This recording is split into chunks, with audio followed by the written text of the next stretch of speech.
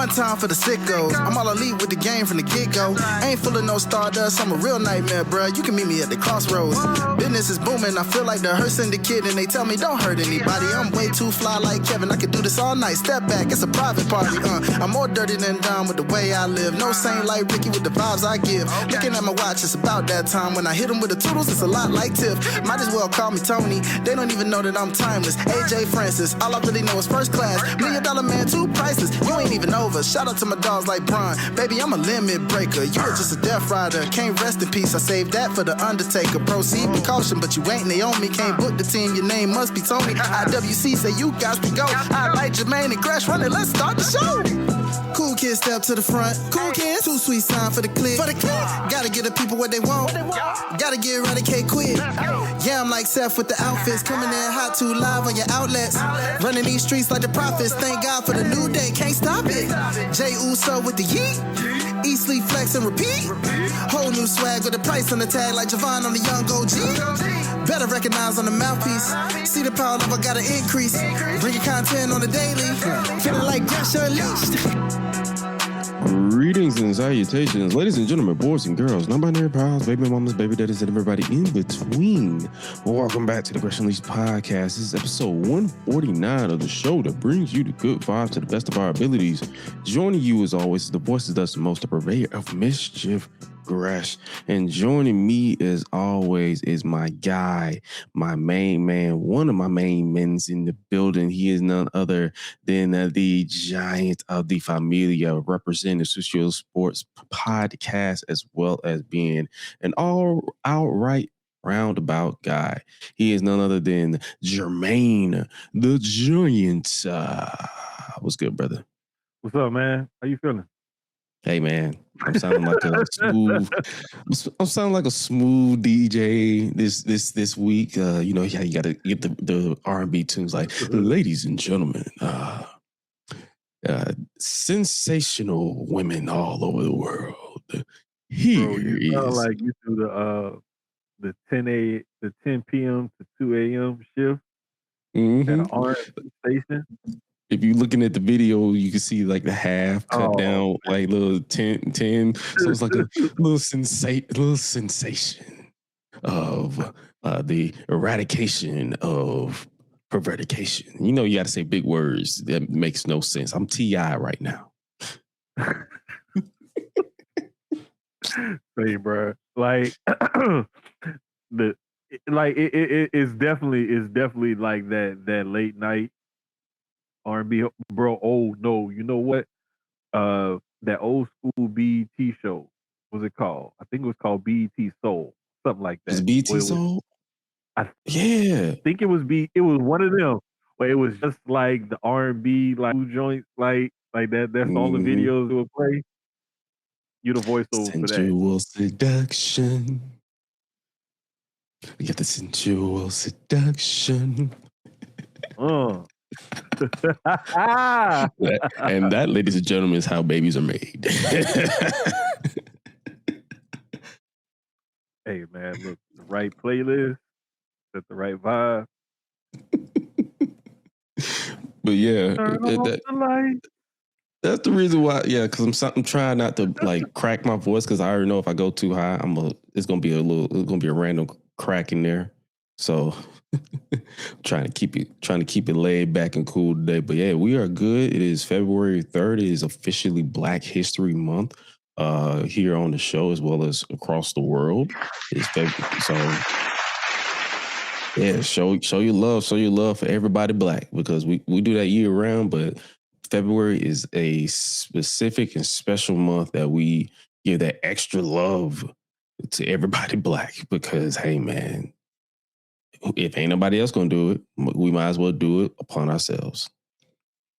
And already off rip, shout out for those of you who are tapped in on both shows. Shout out to Public Enemies. We just dropped 2 trading cards from yesterday and today.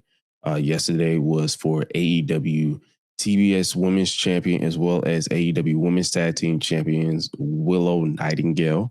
And today was for WWE United States Champion Carmelo Hayes. So make sure you guys tap into that on social media. It's just something fun for us to just show love. And on this side, we are currently working on some things that we're going to be dropping over the next couple of days, probably weeks. It's just more so once the procrastination phase is done, and once my voice is at a solid rate, we'll definitely be pushing all that stuff out. So we got some love to show for our fellow Black people out here in the world. So hey, man. Do they got some stuff going on over there, Black wrestling that I missed? Because I've been in and out off social media. They started the new show with Mika and Lucia, 30-minute time limit. Oh man, yeah. They cover a bunch of different topics. Mainly everything else WWE, but they do cover some things. Very rare. But yeah, they cover everything outside of WWE. And it's cool because it's two Black females in the space that have their own thing. So they came together and collaborated with Black Wrestling to put this together. And it's dope because the concept of the show is that they bring up a bunch of different topics to talk about, but they do not go over 30 minutes. So it's a true 30-minute time limit.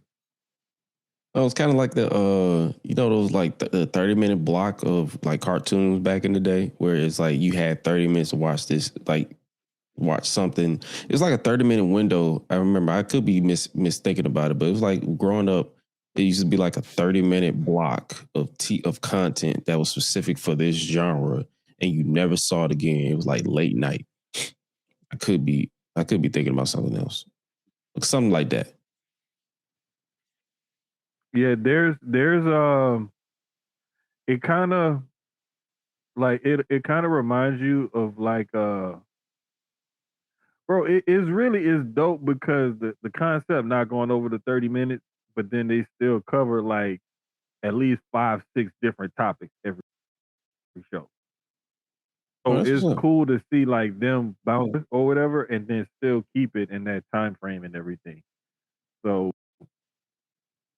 and there are two ladies who have been doing content for a while now, so it's not like they're new to this. And the graphic. I love the old school like wrestling video game graphic, and the crowd is Black, so it's pretty dope. But yeah, I'm gonna definitely. I think I peeped the inaugural episode, like it was like episode 00, something like that, when it first premiered. So I'm gonna definitely run it back. I think I missed.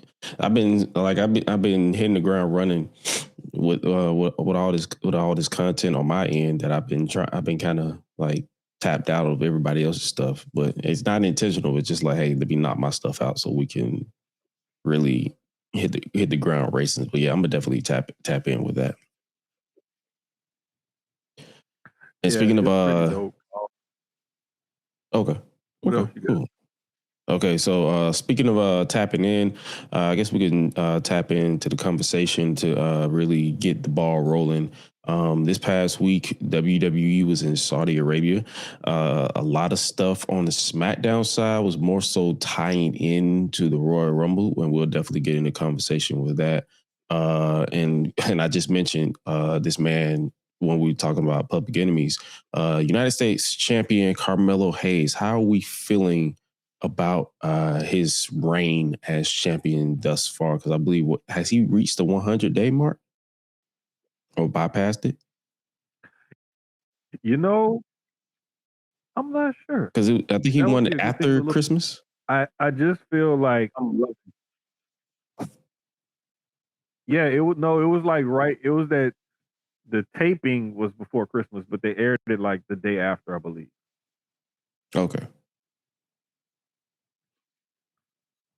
So he's a little over 30 days. So. Yeah, but I just feel like I like the way they're positioning him as far as continuing the open challenge and having him beating these guys clean. I love the way it's going. I love how they still have that little tie-in with the Miz and all of that. I think that may be his, okay, I'm like really here type of feud. Because Miz is one of those benchmark guys. You know, he's one of those guys where if you have a feud and you can get the best of the Miz, especially on the mic, um, and you know, put on a good match and carry a good couple matches in the series and a feud back and forth, that'll kind of establish you as this guy's ready for prime time because the Miz has been there. You know, he's been to the top of the mountain. He's put over guys. He's been put over. So when you can get into something with a guy like that and show yourself and prove yourself, I think that'll really bode well for I agree, and they're basically showcasing his positives, like his positives being in ring and being this. I wouldn't say ring general, but they picked the right title to put on him because the U.S. Open Challenge continued over from John Cena, from Sami Zayn to Ilya Dragunov to now Carmelo Hayes, and you're getting all these spotlight moments because it was a couple of like almost a year drought where this man people were just begging for this man to get some speck of crumbs to just go out there and kill it, and now he's here, he's killing it. So. And the crazy part about it was like last year, at one point he was up there at the top for having the most matches on TV. It wasn't until like he really got hot towards the end of the year that he stopped having so many matches on TV. And that's when they started to build towards the character, right there that week of Christmas is when he got the title. So it's like, kudos to him because he was just going out there and putting other people over. He was having great matches and having his spots in those matches, but he wasn't going over himself and working towards anything. But it's almost like it built character because now he's even kind of using that, especially when he was talking to the Miz. He was like, look, I was looking for something I got with you and it still didn't get me anywhere. I went and did my own thing and now look at me. Like he literally put that in as part of why he, got away from the Miz. So I like what they're doing with him so far. Oh yeah. So hey, I know we're coming so basically shout out to Mello. Shout out, like I have nothing to add. You just hit the nail on the coffin with that one. And all we could do is just really just keep hoping they killing it. And who else do you feel like should face it to accept the open challenge? Because they have like a plethora of people on that roster that's on SmackDown that's coming up from NXT. You got your Trick Williams. I know they want him in the world title scene, but you got your Trick Williams. You got them. They're still like teasing this this free agency with Obafemi. Like, do you feel like anybody from NXT or just whoever's there on the roster that hasn't got a title shot after this Miz situation is done should be next up? Because I feel like it should be someone next up, someone from NXT that should take the title if they decide to take this title off him. That should continue that mantle. What about you? What's your thoughts? I think I like the idea of somebody on the main roster doing it because it helps establish you better on the main roster, especially when you take a guy like a Mello or a Sami Zayn that was already on the main roster. With Dragunov was on the main roster for a hot second. He got hurt, which they probably had plans for him to do something like that anyway. But you put him, right there to kind of establish him and his comeback and everything as this badass and keep the ball rolling. So I kind of like when they use it for somebody that's been on the main roster for at least a little bit. I'd rather that than to have somebody fresh out of NXT. If they want the guys out of NXT, have them come up, get that rub, put on a good match, and then keep it moving. Yeah, I agree. So, and speaking of getting that rub, I guess we could switch gears to the Royal Rumble that went down this weekend. SmackDown was SmackDown. Like it had its, like everything was building towards, like everybody was clashing. The Vision, Drew McIntyre, Sami Zayn, Jacob Fatu, Cody Rhodes. The typical go home shenanigans that you get on. Like that's why whenever I see these go home shows and stuff ends in chaos, especially around depending on the season, I don't get up in arms like most people do. I just be like, you're selling you on the pay-per-view. Me as one of the hardcores, I know I'm going to watch it regardless because the Royal Rumble is one of my favorite pay-per-views, the favorite time of the year. Before we get to each, I guess you could say, moment that went down that I pretty much feel like is noteworthy. What was your overall thoughts of the Royal Rumble? You don't have to spoil anything until we get to to start talking about certain things, but like, what was your overall, like, did you feel like it was Royal Rumble-esque? Because this was the first official Royal Rumble in Saudi Arabia. And we've been covering WWE in Saudi since its inception. I know a lot of people have been saying mixed bags about it. Some people didn't watch it because they have strong beliefs against the culture of Saudi Arabia. What was your overall thoughts on the essence and the vibes that was the Royal Rumble in Saudi? Like you, it's one of my favorite pay-per-views to watch, so I have a little slanted, bias towards it. Mm-hmm. However, just being realistic, the crowd was kind of flat in a lot of areas where I thought they should have been a lot more lively. Mm-hmm. There were pops that were definitely, missed if it was a different type of crowd. I thought that, the Rumbles were okay. Had a little bit of star power, a couple surprises here and there, but it wasn't something that was just like, oh wow, like this happened, or did you see this? It wasn't like those shock and awe moments that people were expecting. And again, I always talk about expectations. I think a lot of the times people set themselves up for failure. When we saw that the Rumble was going to be in Saudi, you have to set yourself up for certain expectations. And I wasn't expecting like a spectacular Rumble. So I was more pleasantly surprised that it was a decent show because I thought it was going to be a train wreck. Me too. my like, and I feel like I've been like that way for not even just Royal Rumble or Saudi shows, just in general. It's just like my expectations is so low to it's like where if I'm disappointed, then that it's a bad show because my expectations is always so low, especially when I'm watching WWE. Hell, sometimes when I'm watching AEW as well. Like, it doesn't matter the product.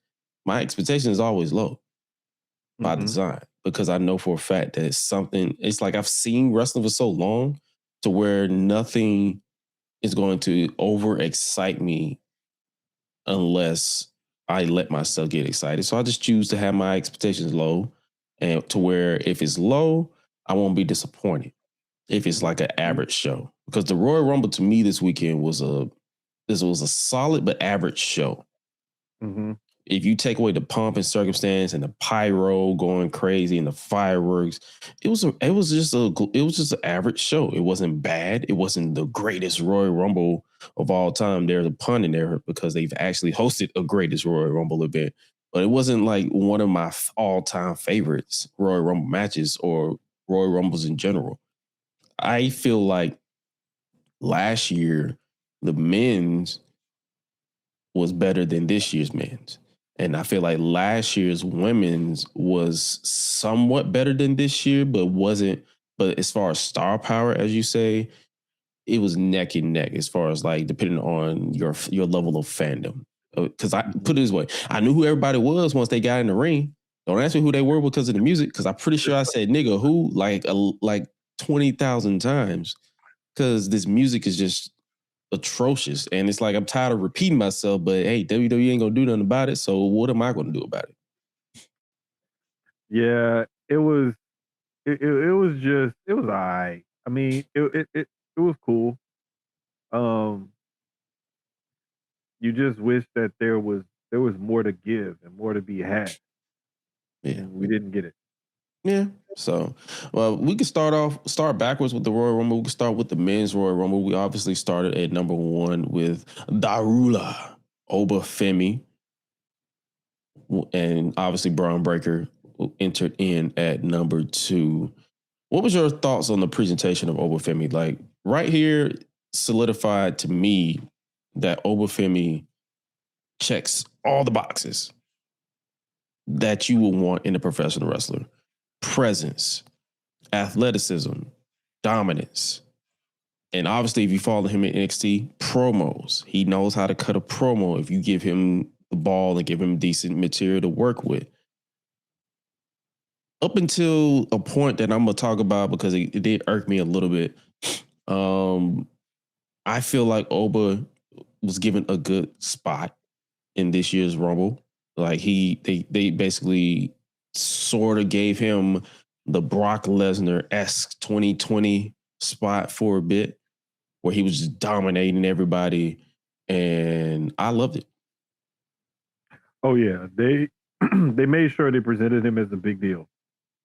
And the best part of the whole presentation was the one part of the show that I had an issue with was the crowd during his entrance.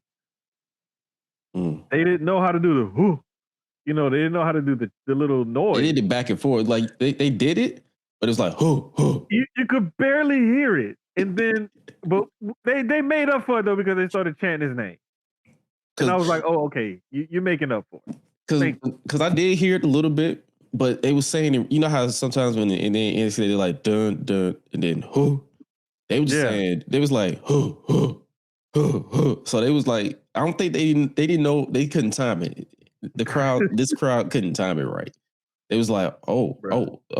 But then they did obviously made up for it with the overture. They made up for it. So I was like, okay. Little bit of things that I give you that. And it's funny, it's little things like that be irking us. That's not a big deal, but it does. That shit annoyed the hell out of me. You know what also annoyed the hell out of me? Triple H's obsession with fucking masks. And black hoodies. Brother. Bruh, I swear, they have a cart with the setup crew. They have one of them containers with the wheels on and everything, and is a whole wardrobe container, and there's nothing but black hoodies, black bottoms, whether it's sweats or jeans or whatever you want, leggings for the ladies, and masks. It's a whole cart, bro. They gotta have something back there, like a whole thing of them, just on deck. They got to, bruh. We saw a black hoodie after WrestleMania when Braun Breaker attacked Roman Reigns. We saw a black hoodie when R-Truth returned to attack John Cena. We saw a black hoodie when Austin Theory stomped CM Punk at Survivor Series. We saw a black hoodie when Jacob Fatu returned and cost Cody Rhodes the WWE Championship. And we just saw another black hoodie not even 2 months into the new year. My brother in Christ, Paul, Triple H, and Levesque, whatever the fuck your name is, do something else. God damn it. Because my God, it hasn't even been a year since the vision was a thing, and they've been tied to black hoodies at least 5 out of the 6 times that I've seen a black hoodie on my TV screen. Come on, man. I am begging you, do something else, please. Hey, at this point, I love it. I think it's a gimmick. It's got to be a gimmick. I love it. I love it. It's the same gimmick as him saying it's a new era every month. Hey, bro, listen. This is what happens when you in the creative room and you trying stuff and you trying to get something to stick. Like you've been able to successfully do some things, right? Like they've been able to successfully, navigate some waters here and there and do some things. But again, I think it's because, like you talked about earlier, we purposely lower our set of expectations that we have for a lot of things so that we're not disappointed. And I think way too many fans out there overshoot their expectations, and that's why they end up disappointed. but there's just certain things that you hold in a little bit higher regard, higher standard for, and just trying to find creative ways to do things, surprise people, catch people off guard, what have you, what have you. Like one variation that I thought of that would be cool would be one of those like some sort of mask like that makes the face like not like like opaque or whatever, Mm-hmm. to where it kind of fools you, or like have one of them goofy ass like costume store masks on somebody, like with somebody's face or something, you know Yeah. especially like if you like let's say for example when you doing that stomp and you, you want people to think it's Seth Rollins, have on a fake goofy ass looking Seth Rollins mask while you have that black hoodie on. Oh, kind of like Sting. Yeah. Like, can we I mean, I know we're gonna run it back, Triple H. I know you're gonna run it back. Let's vary it up a little bit at least. Because I really did start like honestly, I really did start liking the gimmick. Mm. I really do. But can we get like masks, maybe face paint or something? Like, See, that's why I like you, brother, because you see the positive in a lot of things. I just saw that was as drizzling shits. bro, even if they keep it black, all black with the hoodie and the black ski mask, I still love it because you gotta create some sort of mystery or something. As Yeah. annoying as it is, it's like you still gotta keep some sort of mystery there. Because if Austin Theory came out and you saw him attack CM Punk at War Games, then you'd be like, oh, it's fucking Austin Theory. You know, if Jacob Fatu came back and he hit, what's his name with it, then him attacking Cody don't hit as well because it's like, oh, we already know it's Jacob Fatu. But you get the reveal and stuff, Shit, when Jimmy super kicked Jay at ringside at SummerSlam against Roman a few years ago, I think that was in Detroit, right? Yeah, I was there. Yeah. Bro, like, I love the reveal. That's my favorite part of it. We popped and then was immediately confused. We was like, wait.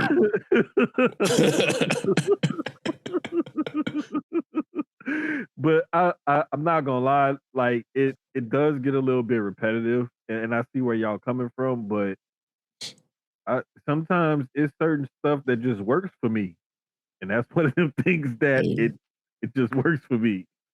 Hey man, that's what I'm saying. It's like that's the beauty behind having this nuanced conversation, because it's like what works for you may no longer work for me, and I can always be convinced as time goes on. Like, hey, okay, I get why you did this, but my immediate reaction was literally like, this shit again. I was like, this shit again. And I was just like, yo, this is enough, brother, enough. But hey, man. We'll see what goes down in the next couple of weeks, because Braun Breaker got eliminated within like seconds of the Royal Rumble. I think Santino still holds the record for the shortest time. For sure. So, hey man, we'll see what they got going on with that. And also we have 2 El Grande Americanos now. Yes, bruh, because the original Grande Americano, he made his comeback. It was cool to see this because I'm glad they're gonna go ahead and address it this way. Which gives us something to look forward to. I like the fact that they did the Spider-Man meme, even though they look nothing alike. Bruh, they both weigh 220. One is 5'8", the other one's 6'3". One is slimmer. Bro, like, if y'all both weigh 220 and one of y'all is 5'8", you're gonna look a little bit more compact. The one that's 6'3", you're gonna look a little, a little bit more fit, a little bit slimmer. Man, bro, I swear they look more like Danny DeVito and Arnold Schwarzenegger in the movie Twins. Oh Jesus! Then like anything alike. Like it's just what a callback. I forgot all about that movie. What a callback. It's just hilarious to see them two like they're so opposite, you know, and I think they need to have a mask versus mask match like traditional Lucha Libre does, Mhm. and Chad Gable needs to lose What is it. it? What is it called? The Luchas de Abortas? Yeah, Okay, yeah. need to have a traditional one, and the original El Grande can lose his mask and be revealed. That's Chad Gable. Yeah, because I'm sorry, but Ludwig has taken that gimmick and just Hmm. shot it to the fucking moon. Yeah, man. And if you watch the AAA stuff, he's a babyface over there. So it's like Bro, he is super old. He was supposed to be a heel and was super over with the crowd. to the point It where got, he made friends with Rey Mysterio. bro, it got to the point where they had to make Dom turn on him. Yeah, they had to make Dom turn on him down there to Yeah. like get to like really like solidify it, because it was just like, no, Dom is definitely our top guy, our heel. But the pops this guy is getting, he's got to be a face. Exactly. They said, yeah, whatever happens in that AAA is not canon to the main roster WWE. Just so y'all know.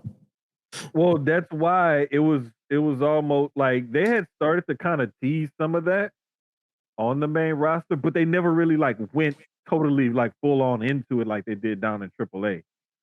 So I guess they was testing it down there, and then when they realized, okay, we're doing something different here, that's not the direction we want to go in. That's when they just started just splitting them up.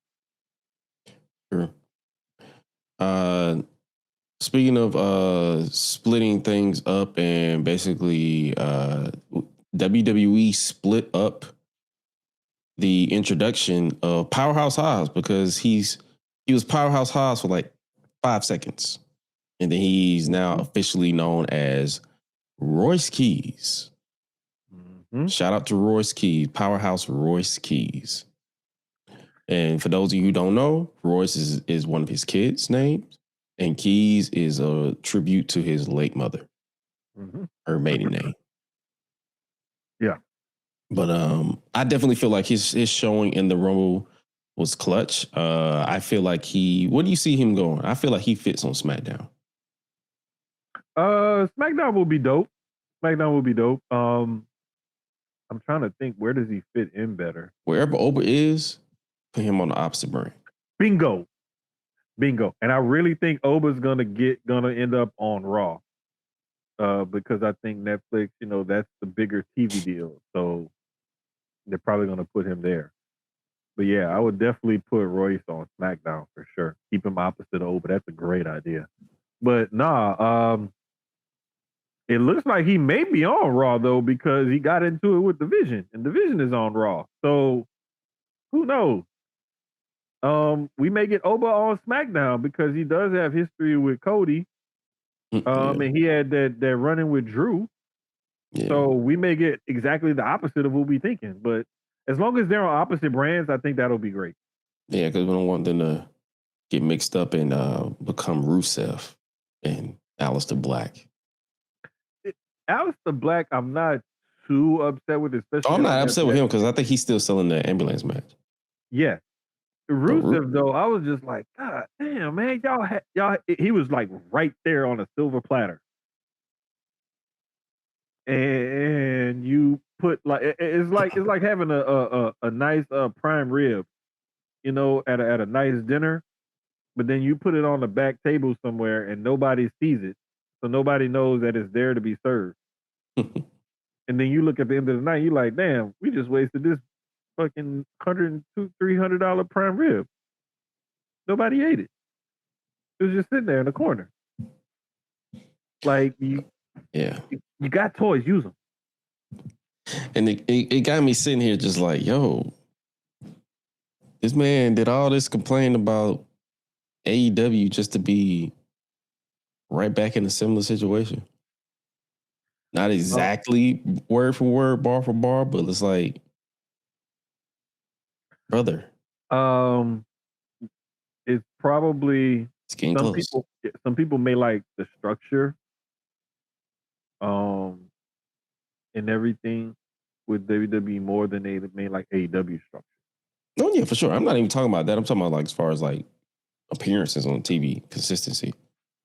That now see that's the thing that I keep wondering about is like if you think you're gonna get more time on TV one place or the other, you would think that going to WWE, it's a dog. They got a lot of space for TV time. They got what? At least You got Raw for I'll 2 say hours and 30. 6 to 8 hours a week, roughly. So you got Raw for I'm gonna do the math right now. You got Raw for 2 hours and 30. You got SmackDown for 3. So that's 5.5 right there. Mm-hmm. If they want to take you to NXT, that's 2 hours right there. So that's 7.5. And if you want a real demotion, go to Evolve, and that's an hour. 8.5. Yeah, that's it. But my thing is, I'm counting just like the Raw, SmackDown, NXT. We gonna get at least 2 hours each, maybe 3. It depends. Sometimes that's why I say anywhere between this and this. But like you said, like the math is 7.5 hours a week for sure. Like on average, like lately, especially with SmackDown being 3 hours and Raw being right at 2.5, NXT being 2. Mm-hmm. That's plenty of TV time to get TV time because you think I think it breaks down to I want to say 3 to 4 segments per hour, Give or take, yeah. roughly. So we're looking anywhere between 21 to almost 31 segments or 30 segments a week. Mm-hmm. Anywhere between 21 and 30 segments a week, roughly. And some of those are eaten up because some things take up more than the one segment. So it's like you got to fight for that TV time. Do you think really you're going to get more here or here? Facts. And if you want to be just, you're going to be just main roster, well, then now you only have 5.5 hours of TV time a week. So that's why I wonder, like, there's things that I'm sure that they factor in. Everybody has their reasons. So hopefully he's happy. We know he's getting paid very well. Hey, man. The only thing I'm not going to do is be offended on somebody's TV time or lack thereof on their behalf. If you want it, if this is what you want, do your thing. I don't care. But it was just interesting to see like the way that he returned to where he is now less than a year later. I'm just like, wow. Interesting. Yeah. I'll give it this since we Black History Month. Cap it off with this Black History saying. If you like it, I love it. Mm-hmm. Do you, boo boo? Do you? Exactly. That's another good one. Oh man. And the last note that I got from the men's rumble, Brock Lesnar and Obafemi face to face. I loved it at first. I and loved then it at Brock first. eliminated Oba. Yeah, and then Brock did Brock things. Yeah, I ain't loving no more. And then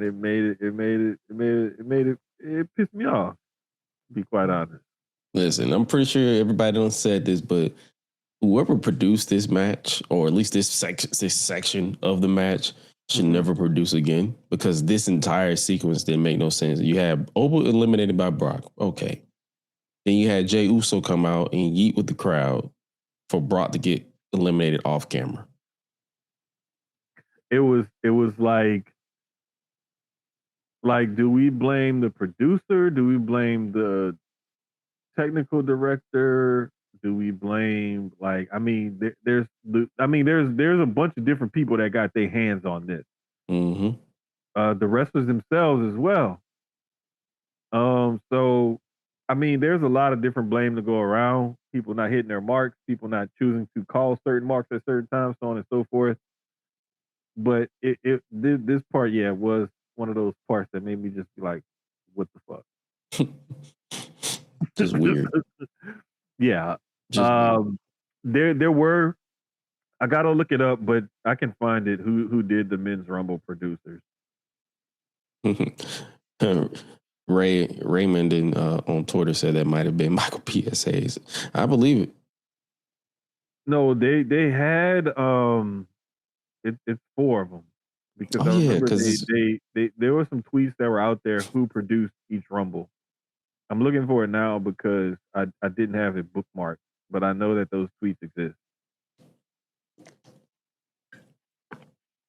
but yeah, that whole sequence was just, as you look for that, the whole sequence was just, it just caught me off guard. Like I didn't really lose sleep over it, but it definitely did catch me off guard. Bobby Roode, Michael Hayes, Shane Helms, and Jamie Noble. Who? Bobby Roode, Michael Hayes, Shane Helms, Jamie Noble. So that's definitely some shit Michael PSA will pitch. Yep. I'm blaming him. That's why you got your ponytail cut off in your sleep. Oh man. Nah, hey, man. Hey, I wouldn't put it past. Definitely wouldn't put it past Michael Hayes. I don't know, but to me, I don't know if that's on the producer though. No, it's just I wouldn't put it on the producer. As far as the Brock elimination, I wouldn't put it on the producer. It's more so like the technical director is like, hey, we have an entrance. Let's just follow Jey Uso.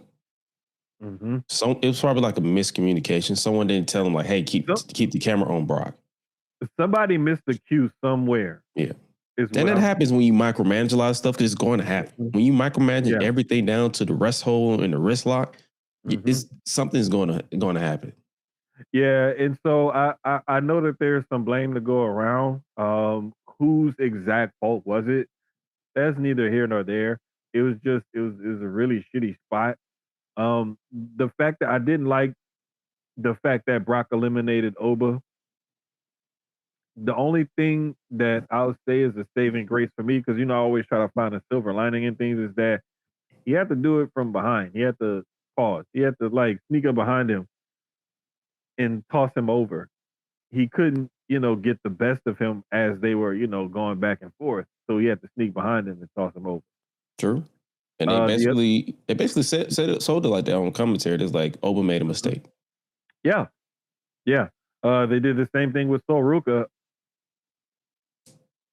in the Women's Rumble. Mm-hmm. But we'll get to that. Mm-hmm. Caught myself. Yeah. And we about to get to that. I'm about to say, no, the fun thing is, that was a nice transition because we're about to get to that right now. Liv Morgan is your Women's Royal Rumble winner.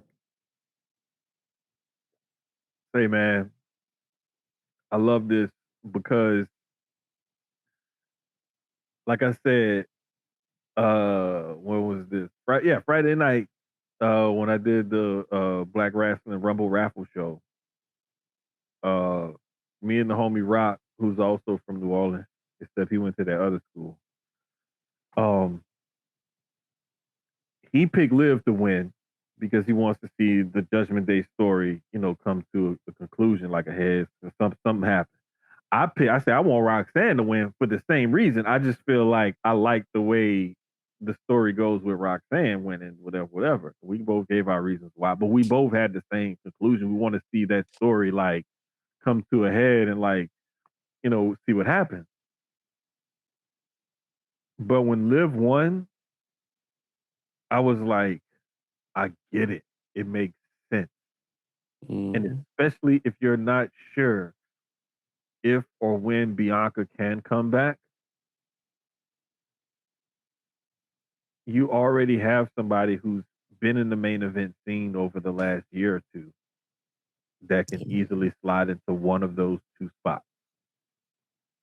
The other one you can figure out on the way. But when you have a Rumble winner, you want to make sure, okay, this is the clear direction we want to go in between now and Mania. Who are these people? And that's how you pick a Rumble winner. And it's not always going to go to somebody that you want to give a rub to, because you also want to make sure that person can carry the ball once you hand it to them. You don't want to experiment and hope and pray this person can carry the ball. You want to know that person can pretty much do what you're going to ask them to do before you give it to them. And this is why we got a Liv Morgan. Now, in fact, you said everything that I pretty much would say, because it's like it makes it as someone who's basically been wanting this story to progress a lot more, because I was a little worried about them stalling. Like, it's very well documented on this show. I was a little worried about them stalling and pausing the progression, because Dom went down with a shoulder injury, but he's obviously he's back now. I don't know if he's cleared to compete, but he showed up on Raw yesterday. So I was worried, but now after watching Raw and seeing how this match concluded, yeah, we're definitely getting some progression with the slow dissension / breakup of the Judgment Day. So I'm not mad at that. And shout out to Last Legend too, because she eliminated some heavy hitters. Brother, man, that woman. Good God. When I say God put a little something extra in black women, Last Legend is the perfect example of what I'm talking about. She officially solidified herself as the face of Atlanta. Like, move aside Cody, move aside Xavier Woods, move aside. She's the face of Atlanta. I don't put Austin Theory in the category because he's from McDonough. But yeah, after that performance, I'm cool with it. Breaking news: we have a brand new NXT Men's Heavyweight Champion. Who's that? Joe Hendry.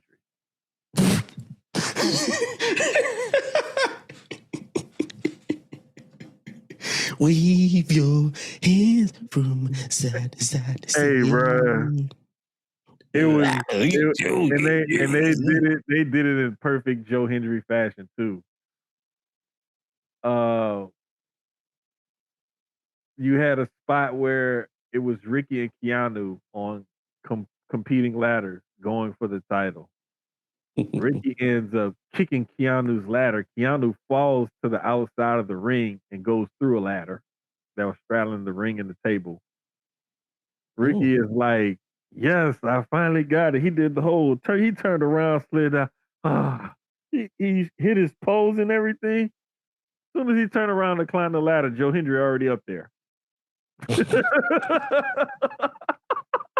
I was like, yeah, bro, I'm sitting here, we doing the show. I'm like, oh shit. I'm trying to not because I was like, this is pro wrestling. This is pro wrestling.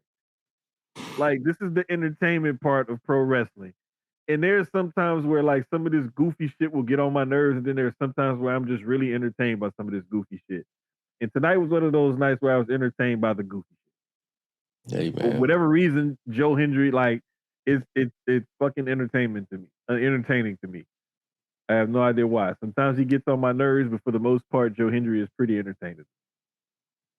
Hey, man. Congratulations to Joe Hendry on winning the NXT Championship. It would have been some nice black history if Ricky would have regained the title. But hey, it's not the end of the world. I like Joe Hendry. He's entertaining when he wants to be. So I'm not one of those people who have a short attention span or who turn on people because they're getting pushed. So hey, man, shout out to y'all, and shout out to Liv Morgan as well. Yeah, like you were saying, just to progress that storyline and to finally advance it, and let's see some, what we're going to see with that storyline going forward.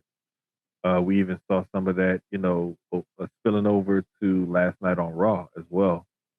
So it was like we're starting to see the seeds are being planted, and it's going to come to some sort of conclusion within the next few months.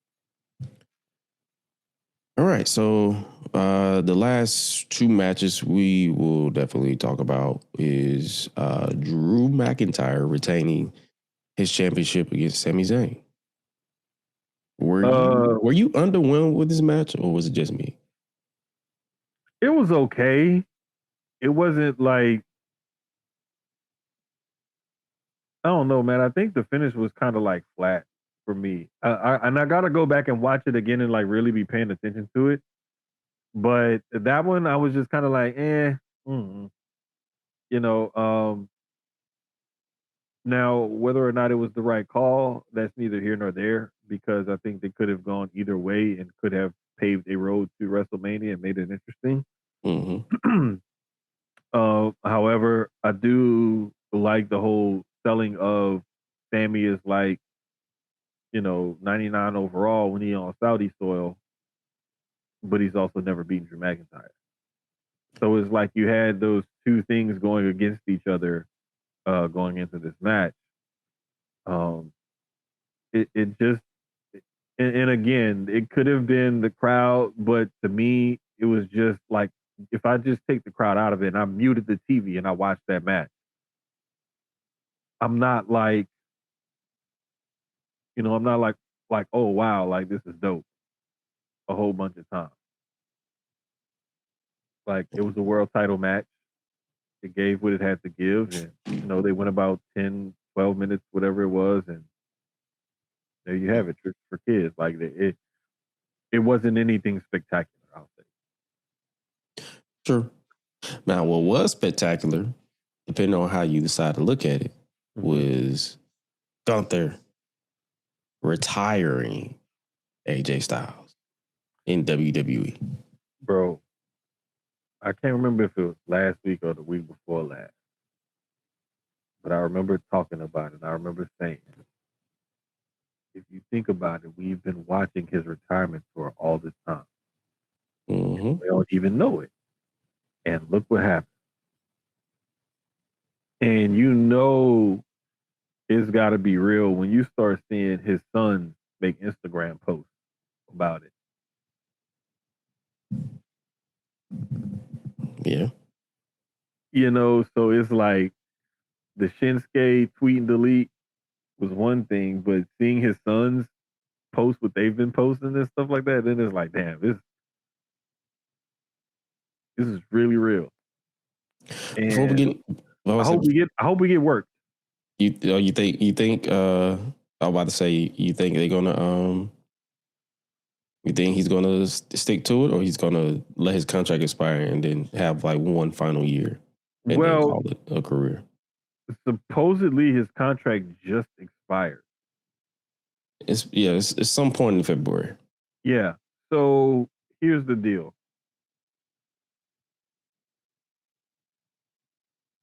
I'm just wondering, like, they kept saying the end of his WWE career, Mm-hmm.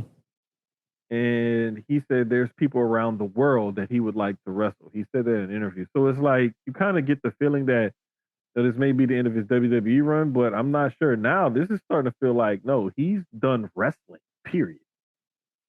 So I don't know. I hope we're getting worked, but I wouldn't be surprised if he never wrestled the way it's looking.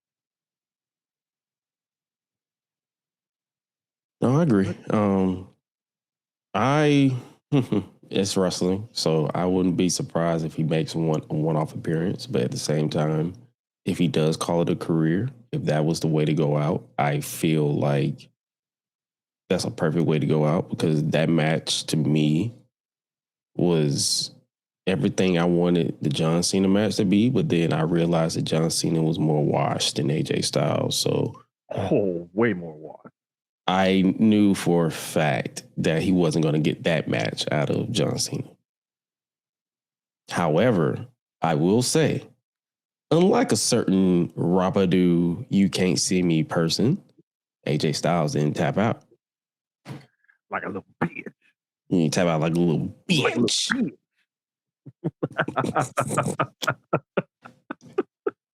You punk. But AJ and AJ said, he also said that, or John Cena said through AJ or something like that. I remember hearing it. He didn't want to. I know he said himself he didn't want to wrestle past 50. This contract was probably going to be his last contract, and also, he wanted to retire when he could still go in the ring. He didn't want to be one of those washed up wrestlers. Yeah. And he's definitely honoring all three of those sentiments right now if he decides not to wrestle again. Sure. So far, the only wrestler I know that has honored their retirement is Batista. And as of right now, John Cena. So we will see. Because wrestling, that's the thing is wrestling, that people retire all the time. And you see them in like a year or 2 or 3 or 5. But you see them. Mm-hmm.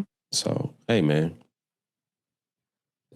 That was one hell of a way to go out. One hell of a way to end a career. Like I said, like I'm not mad at this match. I enjoyed it. I loved it.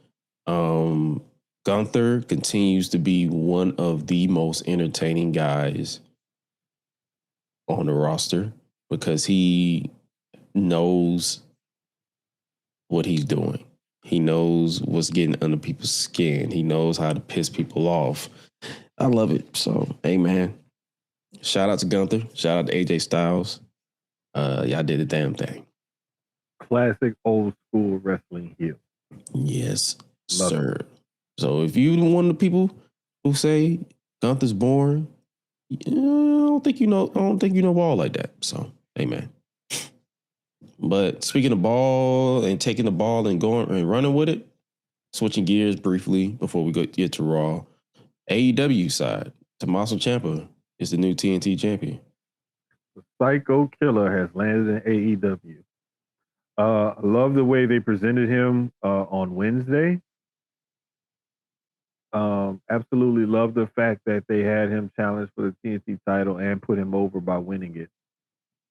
People who thought that he was going to lose that match are just stupid and don't know ball. I'm not going to lie to you. I had a feeling he was going to win, but I was like, because I think I was one of the people who was like, there's no way they're going to debut him like that just to have him lose in his first match. Mm-hmm. They want to present him as a big deal. When they gave him that entrance, I was like, there's no way he's losing. You don't do that whole entrance with the pyro. I mean the fire. Well, the fire. The way the Titantron was, the just the song, the everything, the light. Like they presented him as a really big fucking deal, and I was like, we have seen AEW do this before. Mm-hmm. I just was like, I don't think they're doing that this time. I don't think they're doing that this time. Yeah. So, hey, man, just had to give Ciampa a little love. I watched the match. I actually really enjoyed the match. Ciampa, hey, man, good luck to you. Hopefully this is everything you want to, because I think he did an interview where he said growing up, he wanted to be in ECW. Mm-hmm. And then he wanted to be in ROH. He wanted to be in NXT Black and Gold. And now and then as AEW became a thing, he wanted to be in AEW. Like, because am I the only one who feels like, because you know how it's a trend, like when someone leaves the quote unquote, the Fed, mm-hmm. It's like, oh my God, they dropped the ball with him. But I'm like, he reached his ceiling, to me, at least with where they care about him, when he was the Psycho Killer, the Goldie gimmick, when he was a heel. Mm-hmm. And after his injury, I don't think they really didn't have much for him to do. He was like a little fish in a big pond on the main roster. Well, also, yeah, exactly. It's a thing to me where I just feel like he also said that, I guess creatively, he finally gets to show all of his growth and everything that he had by being in WWE. And I guess he was saying that he couldn't really show that full growth that he had grew into in WWE, but now he has more creative freedom to show that. Mm. And I think basically that's when I saw Psycho Killer pop up on the screen, and then I saw Tommaso Ciampa, I was like, oh, hell yeah. And it's a case of basically everybody fits where they fit. Like there's no, oh, you suck here. It's like he had his time. there. You have his memories because you could still go back to NXT Black and Gold and fawn over Ciampa's heel work with Johnny Gargano. Mm-hmm. And that was a time that was had. But now he's here, AEW, doing his thing, TNT champion. Wish him the best, honestly. Oh, hell yeah. And like, I just feel like you said, there's some people who work better in one company than the other because they fit the mold of what this company needs at that time, as opposed to, and there's some guys who can go back and forth that can fit either need of either company. But to me, I think Ciampa wanted to spread his wings and fly and kind of do a little bit more. And in AEW, you have that creative freedom to do so. Whereas in WWE, you got to have a little politic, a little backstage pull, a little something, to move yourself up the ladder maybe, and or have a certain look, or, have somebody championing your cause, that's really high ranking. But in AEW, you don't have to worry about all that because you have direct access to the one person who controls everything. So it's a little bit easier to try to, get some stuff done creatively in AEW as opposed to WWE. No, facts. So, hey, man, y'all go kill it. And switching gears back to WWE, it is officially WrestleMania season. It is officially WrestleMania season. Roman Reigns is your men's Royal Rumble winner, and Liv Morgan is your women's Royal Rumble winner. And we start off Raw with Crash Out Braun Breaker. I love it. I love it, bro. I love it. Like, because that's this generation. Yeah. That's this generation. That was a perfect representation of this generation. People who don't get that or who don't understand his character or why he was crashing out and stuff like that's this generation. Look at these kids. Like, literally. just scroll through social media a little bit. And I mean, I know algorithms, are curated in order to show you certain content, but just look at the kind of stuff that they look at and look at the kind of stuff that they do and that they record. And like, just our culture, whenever something happens outside in the public, a lot of the times people's first instinct is to pull out their phone and record it, take pictures of it. Yep. Like, this is just the way things are going now. And for him to have that kind of attitude, and it just feeds into the stereotype. Oh yeah. But yeah, that's the only I did like that segment. I was like, yo, this dude is insane because he literally ran out the ring and tripped trying to chase down Adam Pearce. And I'm like, brother, calm down before you hurt yourself. Hey man, I love it. I love it. Like, sometimes you need somebody like he's like almost like a more controlled version of old school Brian Pillman. Yeah. But he's a little thrown off, a little crazy, don't really know what he's gonna do or say. And he just got that wild burst of, intense energy, But he's not as psychotic as Brian Pillman was. He can be if he want to be. Oh, if he wanted to be, I'm pretty sure he could push it there. But like, he's choosing to, kind of, be a little bit more reserved. But I love it. I love it. Like, this is giving the Vision the right kind of kick in the ass that they kind of needed, because they were starting to fall flat, especially his storyline, him in particular. All I will say is, hopefully this ends with him spearing the hell out of Adam Pearce, and we move on from that, because I feel like I'm not really digging him feuding with an authority figure. I feel like it should end with him being the champion at some point. Yeah, it has to pay off some way, somehow. And I don't know if it's going to be him getting a championship shot, because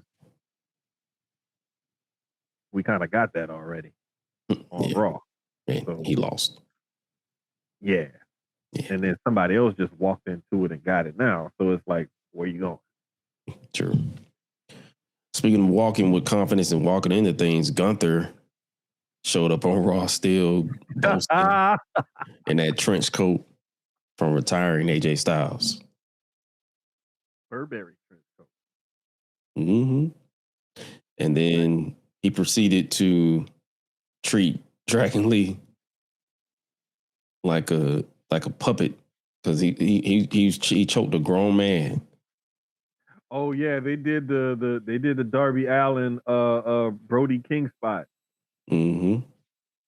Yeah, I love that spot. Love that spot. Had that grown man dangling from the ropes to the floor like a trophy. Then dropped him like a sack of crawfish. I loved it though. Like that's what I'm saying. This is it. They finally hit the nail on this Gunther character and him being a career killer. Hey, do your thing. But hey, him targeting Dragon Lee told me one or two things. He's retiring Rey Mysterio. Or if he's not, that's his next feud. Because Dragon Lee's been linked with Rey Mysterio. So that's what I'm saying. If he's not retiring Rey Mysterio, that's his next feud. Dragon Lee was pissed because he did his partner, AJ Styles, dirty. True. But also, if you look at before the Royal Rumble, Rey Mysterio was linked with Dragon Lee too.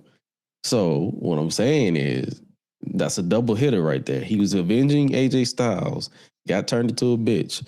So now the father figure, the deadbeat, is about to come and offend his unofficial son, Dragon Lee. Man, I don't like that. I need Dom to retire, Ray. True. I need Dom to retire, Ray. Go retire somebody else. Shit. Don't retire Ray. I need you to leave Ray alone. Go retire somebody else.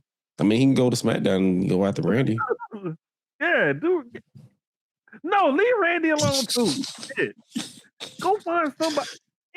God damn it, it gotta be somebody else. This is look, R-Truth. R-Truth? Oh, okay. Retire Truth. You can retire. No. Hold up. God damn it. Just go for the title or some shit. Damn. But he gotta go kill some more careers. Man, leave people alone for a little while. Injure people. Do that. Start injuring motherfuckers. Like every time somebody, like all you do, go into HR, whoever putting in for time off, them your next feud. everybody who about to get married, have a baby, need to go visit somebody or something, have a match with Gunther. Bam, you got I got you at least 30 to 60 days right there, player. You got a broken clavicle. That's at least 4 to 6 weeks. At least. He can go retire La Parker. Man, thank you, dog. You know what I'm saying? I know it, bro. It's at least 10 luchadors right now that probably got AARP cards down there in AAA that he can retire. He can go retire Shinsuke. Hey, highlight, shut up.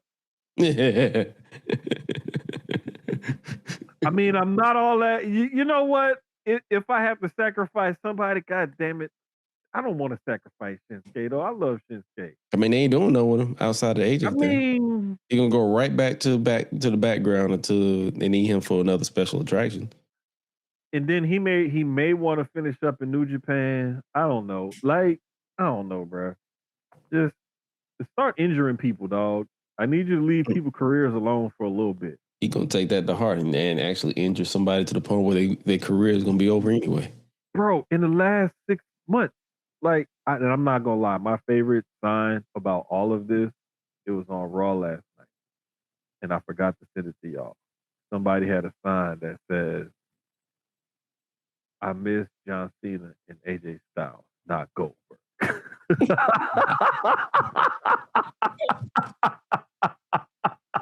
Bruh.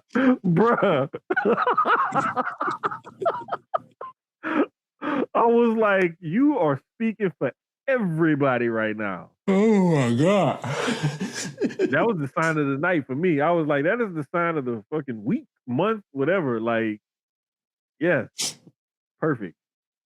Yeah, I need to find that screenshot. Bro, if I Nah, come that's across crazy. it, I'll send it to you.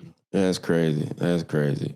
Speaking of crazy, we were just talking about him in the Rumble. Obafemi folded up the War Raiders like a sack of potato.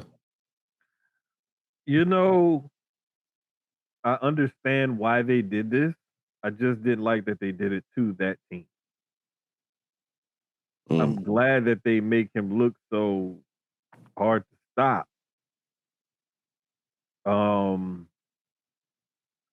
But the fucking War Raiders, bro. Yeah. The only thing that's good about it is like he caught him off guard. Seems like, but still, bro, you just ran through the fuck. That's the War Raiders. Like, Two you just ran grown ass through. men. Yeah. Like what? Now you gotta do something great with him. You ain't got no choice now. Yeah. You can't have him run through a team like that and then just be like, like no, he gotta start beating the shit out of people now. Yeah. This is true. You have no rebuttal for me because it's like, even though I know the War Raiders ain't really been relevant for a good minute, I know they were just recently tag team champions for like a cup of coffee. Mm-hmm. But still, we ain't seen them in weeks, and then now that we finally see them, they get destroyed by Oba. And it's like it's like I'm cool because it's like that's Oba, and like I want to see Oba do great things, and I think he's destined for great things, and he checks all the boxes like you talked about earlier when we talked about his presentation at the Rumble. But it's like when you paint yourself into a corner by having him go out and squash the War Raiders, it's like you have to be really careful with how you use this guy and present this guy, because the Rumble was one thing, but this was something different. And now it's like, where do you go from here? So we'll have to wait and see. Hopefully they don't screw it Basically, up. don't fuck up. Yeah. Yeah, basically. Please don't. Please don't. Just don't fuck up Oba. Please don't. Switching. We mentioned the Royal Rumble. We pretty much didn't mention this during the women's part, but we saw the return of the Bella twins. Brie Bella is back. Mm-hmm. Yeah, it was cool, little nostalgia freak moment. Get that little pop. You know, when She got the biggest pop of the night. one of them, if not the One biggest, of yeah, them. she got Yeah. like a stupid pop. And then it was like, Yeah, that's what it was. It was like, like, you know, but again, that's another one of those things where I think that pop hits way different if they're in the States. You know, shit, they could have been in London or Germany or whatever, and I think that pop would have hit way different. yeah. But this is what you get when you do those shows in Saudi. You know, you're gonna get some decent pops and some decent crowd reactions and stuff, but I think with those LED things, screens in the way or whatever, it was making it look empty, they said, but I don't know. It looked like there wasn't no people sitting in there, but but I'm okay with it. And I understand why they did it. It's because the Bellas have crossover appeal, and you need some star power there. And I believe I was talking to somebody and just asking them about it earlier because Mimi and I were going back and forth on the timeline about it. And I think it was like the way somebody worded it to me was there's a lot of wrestlers in the women's division, but not a lot of great entertainment. And the Bellas bring that entertainment factor because they bring that crossover appeal, And I get that. I get that, and I get why they bring them back to do business with them is because like they were on Good Morning America this morning. Now you look at that women's roster, and how many women on that roster could you confidently say could go on Good Morning America, and people are going to know who they are and why they're there? You can't really not on one hand. Exactly. That's why you Maybe bring them Jade Cargill. Maybe. Maybe.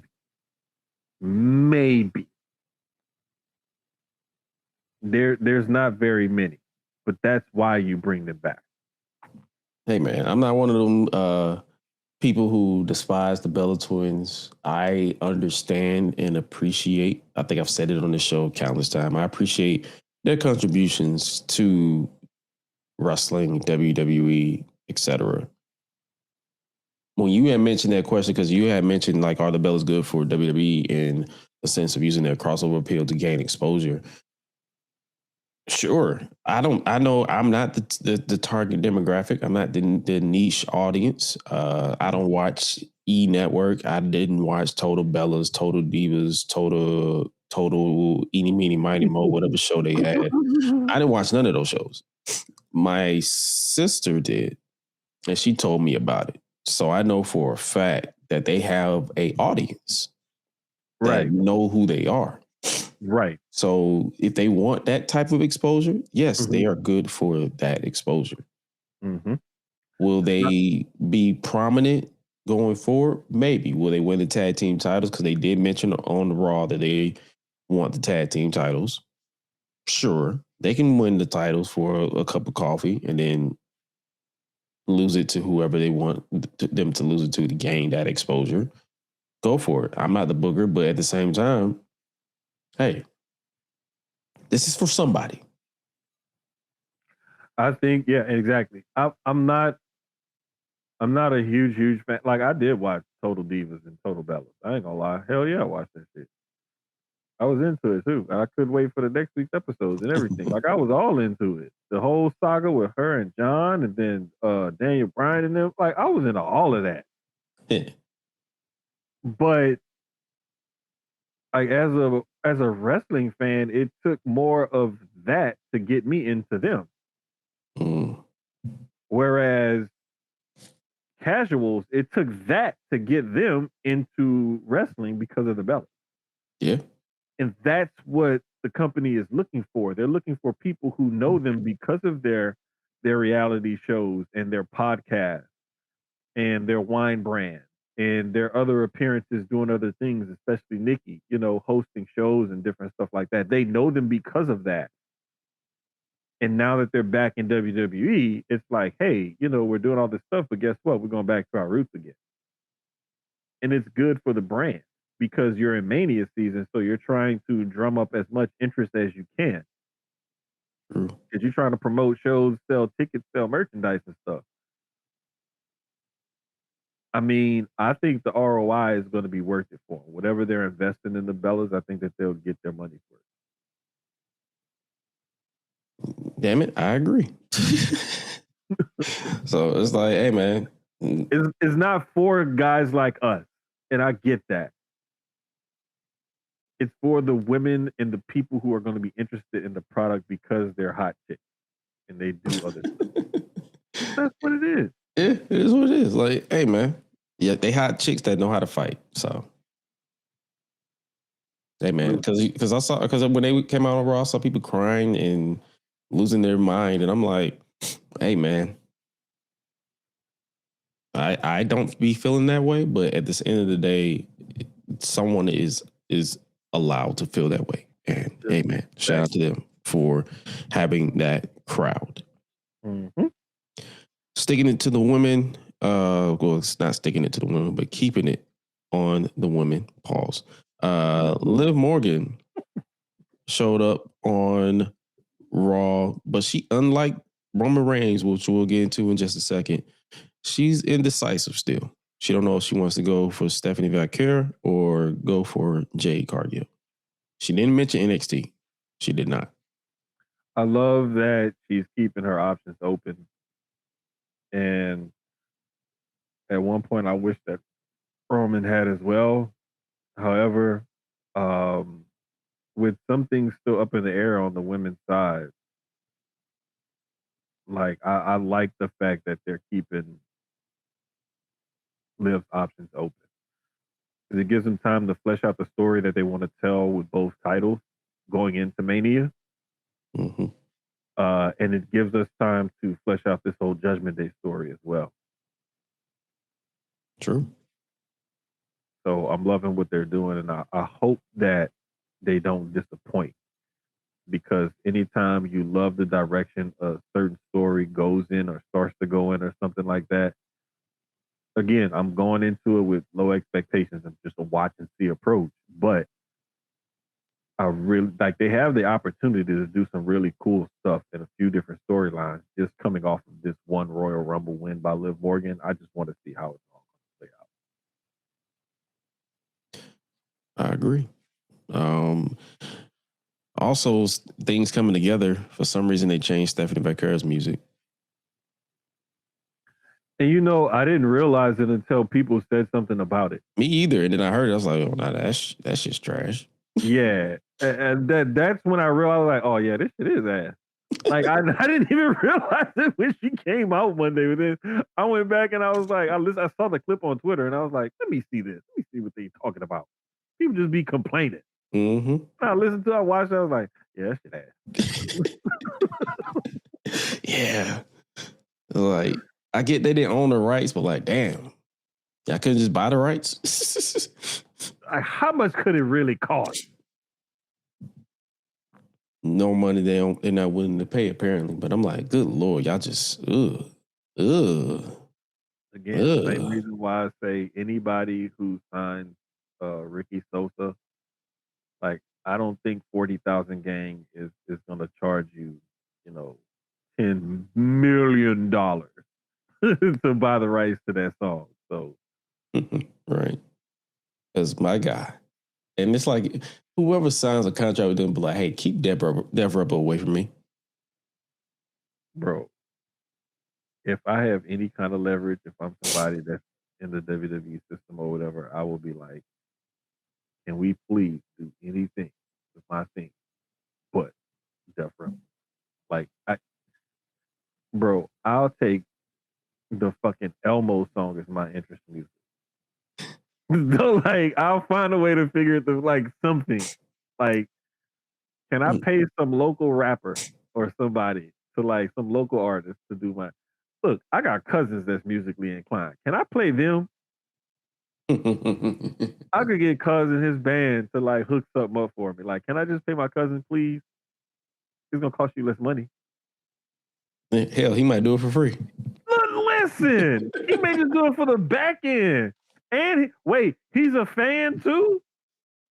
Give Cuz some sweet tickets and stuff, and book him to perform a few gigs. I guarantee you, he gonna come up with some fire music. Facts. Speaking of fire, we had the closing segment for Monday Night Raw. We had the OTC, the Tribal Chief, Roman Reigns, making his first appearance on Raw since, I guess, before Survivor Series and after winning this year's Royal Rumble match to make his choice, basically. And what a choice he made. He officially chose CM Punk. Yes, sir. And I love it. I loved every second of this segment. I'm thinking, bro, this was a classic. This was an all-timer. This was one of those things where I'm gonna go back and watch it again, just because I want to see it again. Like, there's sometimes where things are either really good or really bad that make you want to go back and watch them. And this is one of those things that was so good that I didn't think was going to be this good, and it turned out to be great. I've seen this like 3-4 times already today. That's how good it was. Like, we got, and I saw the Public Enemies tweet, and I was like, bro, we gonna eat good. We are about to eat really good. We're about to eat good for 2 months. It's funny how Roman was like creative as ass and just decided to lock in. Yeah. And another thing too, he did the little fake laugh. Oh, that And, you know, SpongeBob laugh. yeah, normally when he do that little laugh or whatever, he comes back and he says something smart alecky or whatever. Nah, bro. He came back from that little laugh. Like, it's out of the laugh, the smirk, or something like that. And then he come back with a smart ass comment.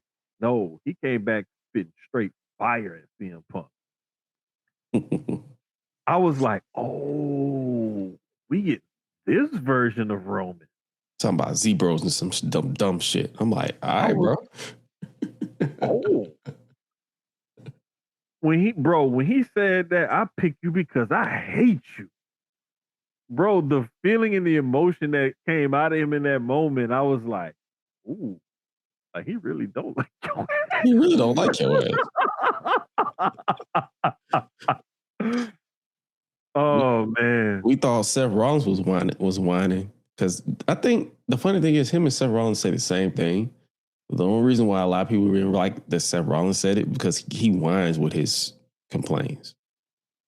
Whereas Roman is just straight to the point, like, hey, bro, I'm only doing business because they asked me, hey, could we do business? And he's like, yeah, let's do it. And I tried. He's like, I really tried. But he's like, the fact is, I just hate you. I like, you mock me behind my back and now you want to, like I'm some young boy, some shit. So it's like, bruh, I'm coming for your ass now. Mm-hmm. I'm finna light your ass up. Bro, he said the best day of my life is about to be the main event of WrestleMania when I take that title, basically, and you will acknowledge me. Mic drop. Bruh, it was so dope.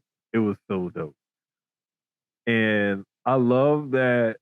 Like, I know some people want to look at it like the whole Punk talking about his title reign versus Roman's thing. But like, that's a good question. That is a good question. That's a nice little segue. Before we talk about that, we can go ahead and bring in Highlight because he popped in at the last minute because, hey, man, he's on nigga time as always. What's up, brother? hey! I think he muted himself as well. Y'all can't hear me. Nah, I can. Man, don't do Barely. that, Oos. Barely, though. Barely, though. You might want to turn your mic up. Man, you know what? This first time doing it. Hold on. Check. There we go. Hey, okay. I just had to adjust the volume a little bit. You know what I'm saying? Try to get fancy like my boy Gresh. You know what I'm saying? Use my pod mic and my interface. You know what I'm saying? Yeah. Hey, man. Yeah. You know. Hey, and I could have chose any podcast, really. You know what I'm saying? I could have chose the top podcast, the one on the high-end networks, you know what I'm saying? Like this one here. And I chose that because I love you guys. You know what I'm saying? Opposite of Roman on some hate. I love you guys. You know what I'm saying? So we here. You feel me? Yeah. At least you acknowledge us. Yeah, you acknowledge us. But y'all ain't gonna do me like Roman, and y'all ain't gonna hit me when I run it back one time like this. Yeah, that's all. I forgot to talk about that shit. Yo, Jey Uso, bro. Matter of fact, that's a good conversation. After we talk about this, that'll be a nice conversation because this I guess you say the decrease in the character work of Jey Uso or the inconsistency is definitely noticeable. Mm-hmm. From 2020 to now is wild, dog. I was like, huh? But yeah, no. We're gonna put a pause on it. We're gonna come back to that. Let's get on the subject we on. But yeah, the question that a lot of people brought up because I saw it, even Punk brought it up. He was basically like his 434 reign, even though Roman's was longer, it wasn't better. After having, I think I've asked this question on this show a few times or before. And I said, we'll come back to this after we've had time to process or time away from both reigns. When it comes to Punk, it's been over a decade. When it comes to Roman, it's been over 2 years.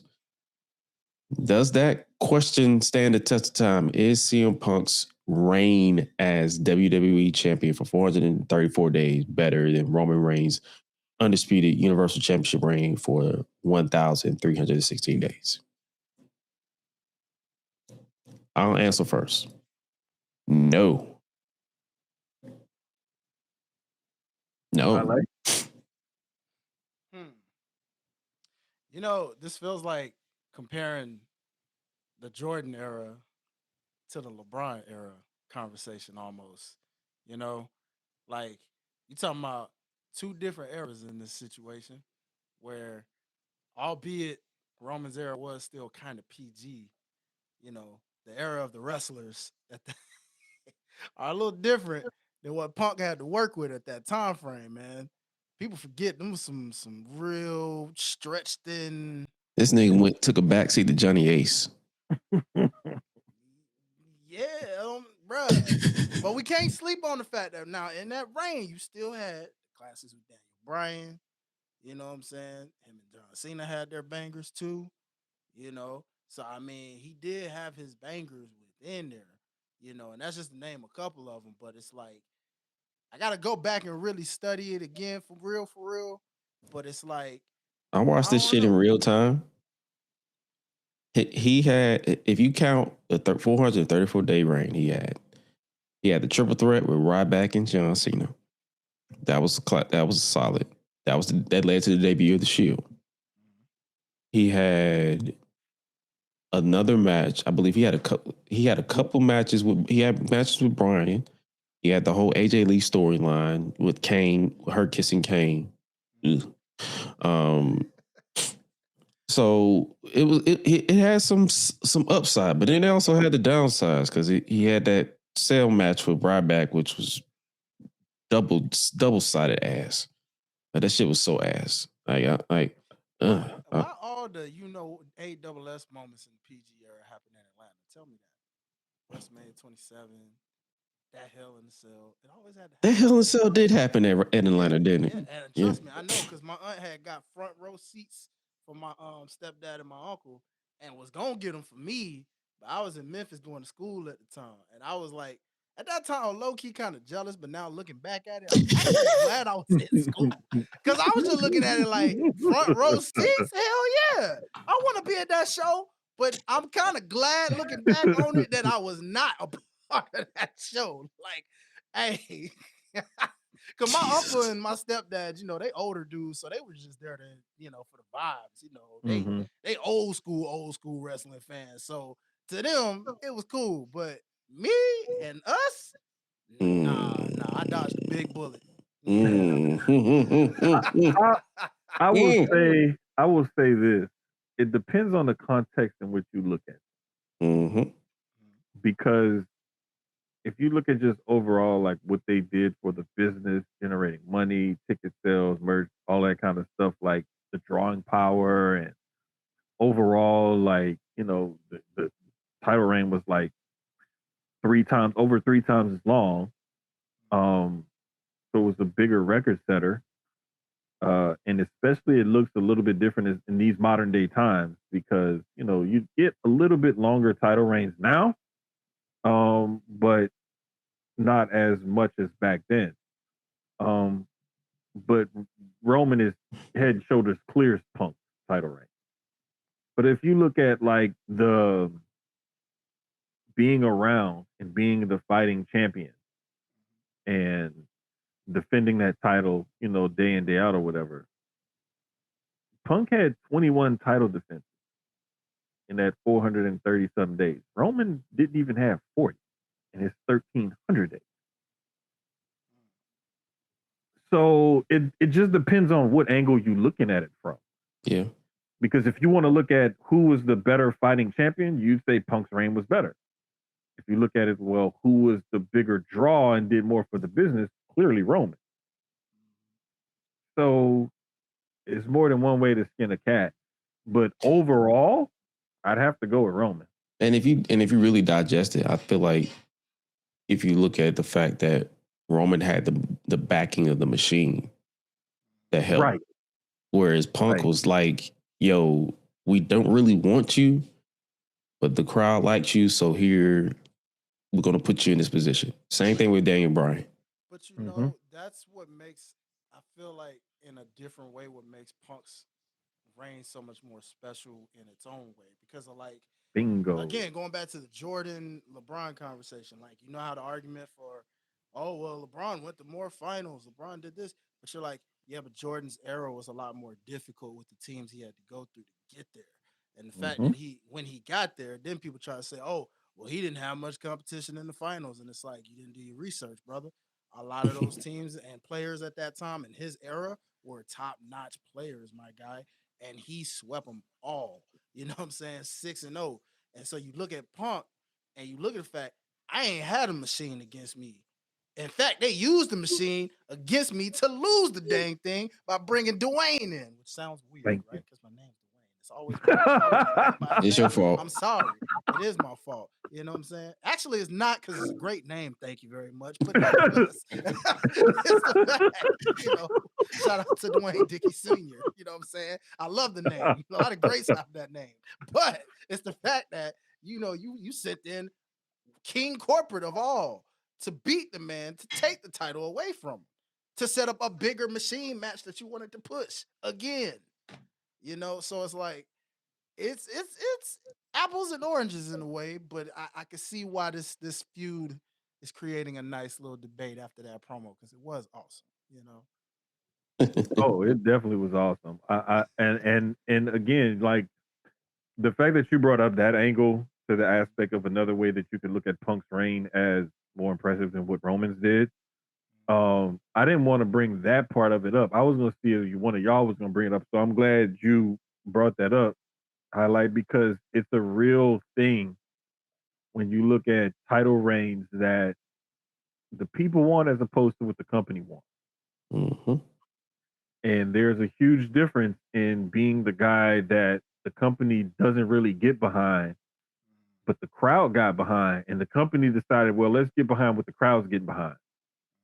And not only to do that and get a title reign out of it, but to make it a record breaking at that time title reign, like that was major. And if you go back and watch a lot of those pay-per-views, which I think is going to be one of my retrospectives that I might end up doing, is watching some of Punk's those title matches and seeing where they were on the card. Punk didn't always headline pay-per-views.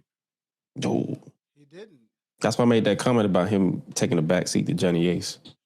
Right. Oh, And it's stuff like that you can say, like again, like to highlight point, the machine wasn't behind him the way the machine was behind Roman. Mm-hmm. And then also, which you can also say, which is almost just as impressive about Roman's, was that Roman's kind of spanned two different regimes almost, because it started under Vince, then they had the controversy and everything, and then it got sold, and then now it's under different ownership, you know, totally different corporate structure and everything, but he kept it going. Mm-hmm. So there's a lot of merit to say. There's no, like, if you like, really, Roman is the clear-cut winner here, but there is a valid argument to be made for Punk, basically, is where I'm going. I would say, to sum it up with this conversation, this is a great, you know, whether it's a great segue or anything. Because to some of those out there, I don't know how many, I'm sure there are some, because Gresh, I know you talk about those Roman Reigns fans quite a bit from time to time. But to the ones that are like normal questioning, or no, just those little idiots, you know, that are like, hey man, Roman, really? Or hey, you know, man, why we got to go the typical predictable route? And it's like, again, Vegas, money, TKO, money, Roman, money, Punk, money, finances, money, dollar signs. Hello. And what are we talking about? His reign in his time, his reign in his time. Both of them fighting for a title. Time to finally settle this. Who truly is the GOAT? This is literally as close as you're going to get to a Jordan versus a LeBron in a wrestling form. Point blank, period. This is Rock Cena, but I think it's going to be a better match. And we're definitely going to get, I think the promos are going to live up to that same kind of hype. Wait, man, hold on. But I think we're going to get a better match out of it. Hold on now. We're not gonna act like the Rock and Cena wasn't great. Now. I'm not saying it wasn't. The first one was. Yes, the first one. Indeed. Well, the second one was just like, what are we doing? The second one wasn't bad for a guy that tore his pec. But my thing was, he didn't just tear his pec. He tore his pec and his groin. Oh yeah, he did. His whole body just broke. It was the abductor muscle, which is, I think that's like that one that's like by your groin, but it's like your stomach, by your leg, oh, like yeah, in that area. Yeah, no, like yeah, around that hip. Yeah, bro. Ooh. So that's what I'm saying. His whole body just said, "Yeah, hey, bro, you old. Slow down." That's true. I mean, I do watch the first one more than the second between the two, but it's not to say take away from that one though, because it was kind of like, all right, for a guy that did all of that, and we find that out after the fact, it was like, hey, salute to you for finishing the match. You know? Oh, for sure, for sure. So like, I don't know. But Speaking of The Rock, he has the chance to do the funniest thing. Oh Lord. don't tell me. Hey, Oos, I'll take it from here, because I gotta win the title back for the family. Bruh. Oh my you know what that motherfucker? You know what he would do? He wouldn't even take it from Roman. He would just inject himself in the match, make it a triple threat.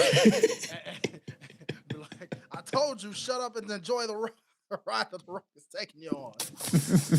And it's gonna be a whole thing where Punk's gonna be like, "Here comes Dwayne trying to take my spotlight at Mania again, just like he did seven thumbs up years ago." Hey, you bald fraud. Yeah, and then I've been waiting on you since I called you out, and you've been still in Hollywood, failing in the smashing machine. And then he gonna try to get Roman on his side. He was like, "You do it to your own family. You do it to me. You do it to everybody. Roman, don't you see how he's treating you?" And Roman gonna be like, "Look, you tried that shit Jedi mind trick shit one time before. It ain't working again. I don't like your ass, and Oos, I don't like your ass. We family. We gonna fight. We gonna be all right. I hate you. I just don't like this motherfucker. I hate you." And you know what, Dwayne? I don't want to see you different until Christmas.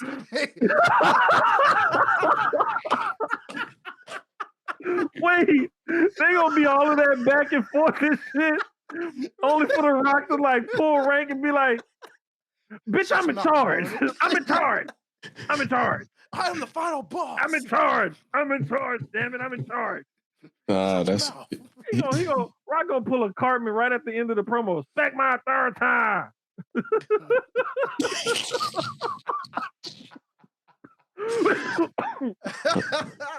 I don't want to see you until Christmas and New Year's. It's crazy.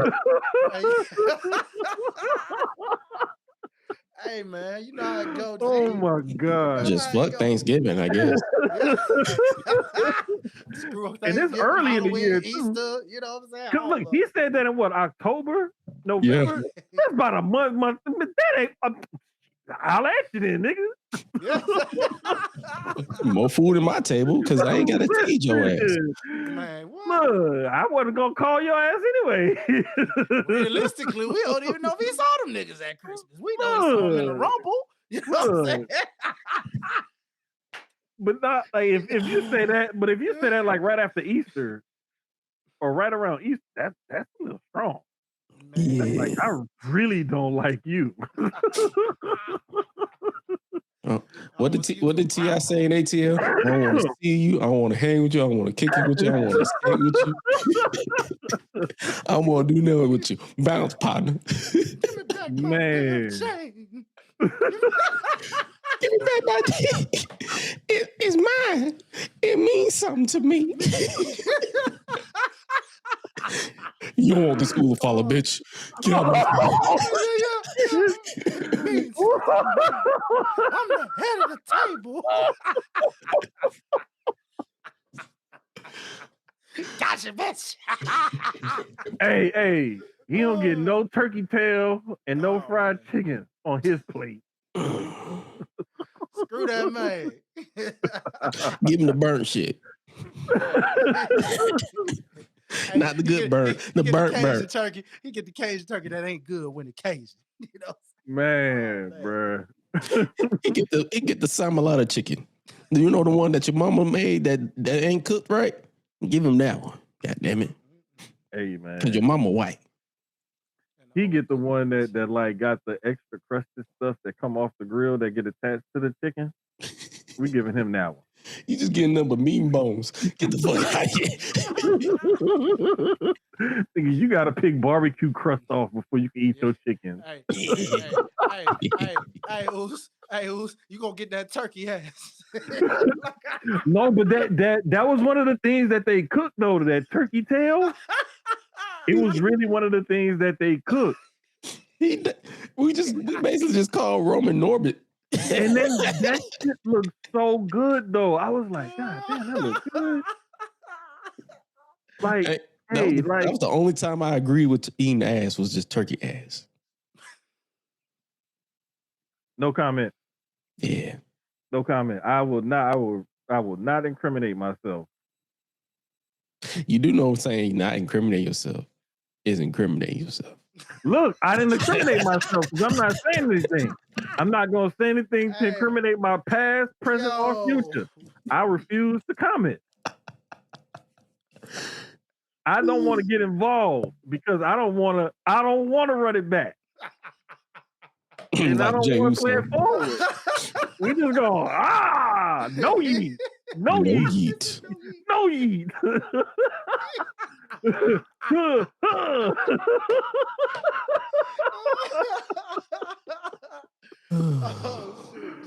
Oh man. Come on now. I'm so glad Big Jim is back, man. I'm so glad Big Jim is back. Like, I don't know what was going on with them. Prayers up to them. Hopefully everything is okay. But just seeing him back on TV, like, that was good. He probably didn't want to lead the states. No, I don't doubt that at all. And whatever it is going on, I just hope everything is okay. Because just like it just seems it feels off. For whatever reason. She is getting closer to being due. It could just be sometimes, from what I've heard from females that were covering about that, hey, their experiences of being pregnant, it's like, hey, nigga, I don't want you traveling right now. Hey, I need you to leave real quick. Well, not just that, but there could also be certain times throughout the pregnancy where she may have certain complications or certain sicknesses, ailments, this, that, and the third. So you just never know, because the pregnancy does a number on a woman's body. Like, that shit is wild. Yeah. But you just never know. I just pray that everything's okay. Yeah, and even though they're a private family, I'm pretty sure if something major would happen, they probably would have said something. So, hey man, positive vibes. And before we get up out of here, we're gonna be a little negative though, because Jey Uso, his brother, has regressed like a motherfucker. Not in terms of popularity, but in terms of making fucking sense on TV.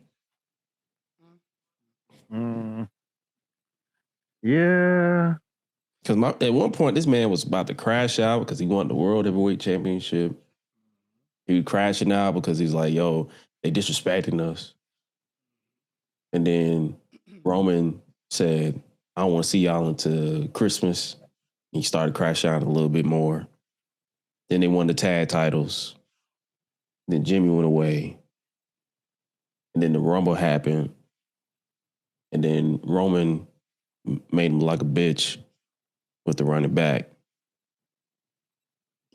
He got a little revenge with the spear. He got eliminated. Then he came out during the commercial break on Raw and was like, yeah, throw ones to the sky for the big goose for winning the Royal Rumble. Like, brother, you should be pissed off. I mean, I guess it's like a whole family thing. Like, I could fight my family, but you better not fight my family. I'm gonna choose to look at it like that, but it does seem weird, like kayfabe wise, because it's like you just played me and punched me in the face. Yeah, then tried to throw me over. Yeah, I get the Rumble is every man for himself, but shit, it was like 6 other niggas in the ring. Like, why you had to do that to me? But I mean, there's ways to explain it, but it's still like it just seems odd. But let's see how it goes. Let's see where this story turns and everything else. And I really think this is the part of the story where Roman is all by himself, and now he's going to prove that he can get back to the top of the mountain without anyone helping him. And I think this could be a way to validate himself, you know. And I think that we may. Punk already threw some seeds out there because, yeah, you and how many of your cousins? And if you notice now, there is no wise man, there is no bloodline. It's just Roman. Cody even alluded to it in their run up to their fight. He was like, "You're gonna be left all alone, a chief with no island." Well, the way the vision is looking right now. Again, that's why I said earlier, like that whole direction with Braun Breaker now, like because you got Roman going after Punk and you're on Raw, feuding with that authority figure, like, what do you do? Turn your mic up a little bit. Who, me? Oh, yeah. My fault. It's my fault. No, you good. LA Knight got them fools looking like some Looney Tunes right now, man. Yeah.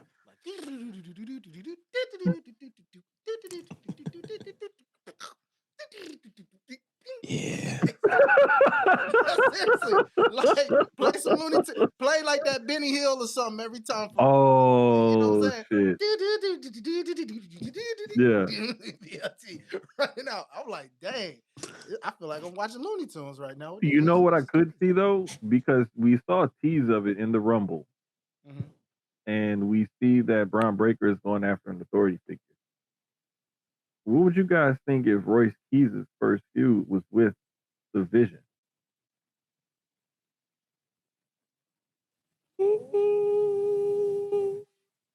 And you know how they do with that kind of stuff, man. When you get lost in the vortex when that's the type of stuff happens. Look at Penta. Penta was totally cool till he started getting in other people's business, and now he just kind of go on these side quests. Ping, ping, ping, ping, ping. Where's Penta gonna be this time? Bing, bing, bing. He done fought for a couple titles here and there, and then bing, bing, bing, bing. Man, get in Rey Mysterio's business. Now you getting in the Vision's business. He's getting this. You just like, okay. The vision is clear that they ain't got no vision. That's why I put last week. I literally put that in the notes. I was like, their vision is blurry. Yeah. After what I heard you brother say last week, I have to agree because I was like, man, it's gotten kind of blurry. Mm-hmm. The vision needs some cataract surgery. But I could also wonder, like with Roman picking Punk, and then you have the Masked Man and the feuding with the authority figure and all of that. Could this all be pointing to Seth Rollins possibly being cleared and ready for Mania? Oh yeah, that man's a madman. Like I feel like because after you started seeing them kind of like they were like this rudderless ship kind of almost sort of, and they were just bouncing kind of back and forth between storylines and stuff, and it wasn't a clear direction. And that's hence all the vision is blurry joke. But it's like now maybe that's why they're doing all of this, is to try to set that up for later. So if that pays off with this, the way they've been going, floundering, and then it pays off with Seth coming back and then making room for that feud to have a big match at Mania, I'd be okay with it. Yeah. Hey, you gotta figure out something. And one last thing though, in case I missed this when y'all covered it. What the hell are we doing with Brock Lesnar? Vibes. That's exactly what that felt like. I'm thinking like, oh, he finna attack Jay. He's finna attack Jay. Nothing. Listen, we need to set up his retirement. So let's go ahead. Let's go ahead and get him shined up. Hey, you asked earlier. Hey, who's left for Gunther? Not immediately. I want that to happen in Minnesota. Do it in front of his home crowd. Ain't they going to Minnesota in August? SummerSlam. Yep, SummerSlam. Hey, man. Hey, Brock. They're shining Brock up for. It's time to go home, brother. Well, then who you want over to face Brock at WrestleMania then? I wouldn't mind that. I mean, he got eliminated. Oba needs to go over. Yeah. Got that right. Oba Black definitely folks needs need to be avenged. Avenge Kofi, damn it. Please. I say fuck it. Do it on SmackDown on Friday during Black History Month. 5 seconds, 4 seconds, 3 seconds. Which one is it? Listen. He did Kofi in 5, so he gotta do him in 3. Nah, I need a Big E special. If I'm gonna see Brock and Oba, I need a Big E special, dog. Give me at least 10 to 12 minutes of big meaty men slapping meat. Why didn't they put that man on commentary for that Royal Rumble specifically? You got every single dream he would have wanted in that one. Big E is I think he's so talented and intelligent that he's best served on the post and pre-show. Yeah. Good point. Okay. Yeah. And with that, speaking of shows, it's time for this to be a post show. So hopefully you guys enjoyed this episode of the Gresham Lee's podcast. We've actually reached 2 hours this episode. So hey, hopefully you guys enjoyed that. Before we get up out of here, this is the part where we typically do the song of the week type deal. So hopefully you guys enjoy what we brought to the table. My song of the week this week, I think I just saved it on my Vibes playlist. It is Rebirth of Slick by Diggable Planets. Cool like that.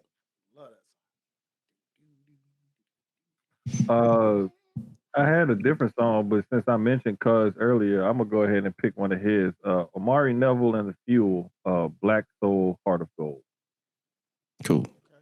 Make sure you send that screenshot into the chat. Oh yeah, let me do that right now. Your boy gonna select for the first round Black History Month song draft pick. Sounds of Blackness. Hold on. Change is coming.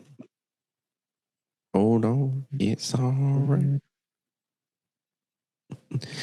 Yes, sir. And hopefully you got changes indeed coming. Hopefully you guys enjoy the vibes that we bring every single week. Make sure you guys scan that QR code to subscribe to the podcast. Make sure you guys follow the pod at It's Gresh, AO is Gresh everywhere else, or Gresh and Lee's podcast, wherever you listen to your podcast. Make sure you guys tap into Jermaine on tomorrow, I believe, with another edition of the Sucio Sports. Make sure you guys tap in with that. Make sure you guys tap in with Mr. Highlight Reel, as well with Mike Mayhem Music, as well as everything he got going on. And hopefully you guys follow us all across the socials at @the_Jermaine. Or at Sucio Sports. It's right there if you're looking at the video format. Make sure you follow at Highlight Life, HILITE Life, as well as at Mike Mayhem Music. And you follow yours as truly, as always, at It's Gresh, AO is Gresh everywhere else. And we'll catch you guys next week. But with that being said, you guys stay safe out here in these streets. And remember to always eat, sleep, flex, and repeat. We out, y'all. Be breezy. I don't play games. What you see with me is what you get.